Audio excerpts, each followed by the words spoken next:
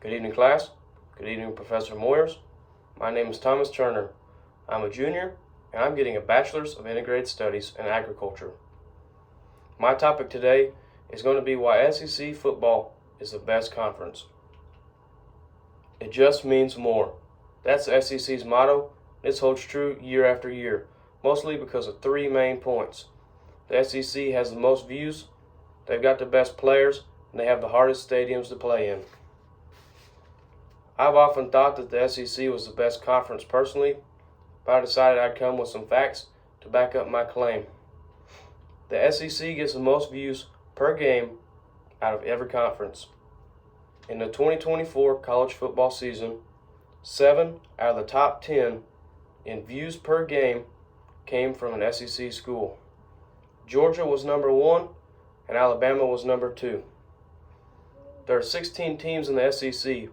15 of these participated in a game that hit at least 4 million views, which is considered a major benchmark in the television world. 8 teams, so half of the SEC, played in at least 4 games that cleared 4 million viewers.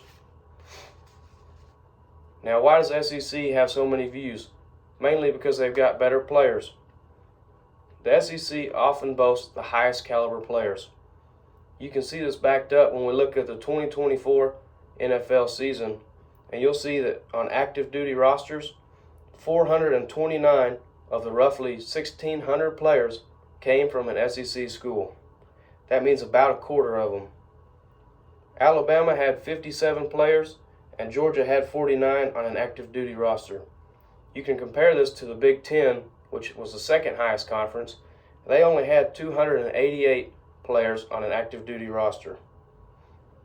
In the college 2025 draft to the NFL, 59 teams were selected from an SEC school. There's only 259 players in the draft, so the SEC was pretty well represented in my opinion. Georgia had 13 of these draft picks, and they were the second most, and Texas had 12, coming in at the third most. I backed this information about better players up with NIL, but you never can tell what's going on. But on a note of NIL, SEC schools can afford to pay players more than other conferences due to great fan bases. You can see this in them having some of the toughest stadiums and atmospheres to be an opposing team in. A sports radio show out of Columbus, Ohio last year did a survey with college football players, and they found that 7 of the 10 hardest stadiums to play in were at an SEC school. Number 1 was LSU, number 2 was Alabama, and Florida came in at number 3.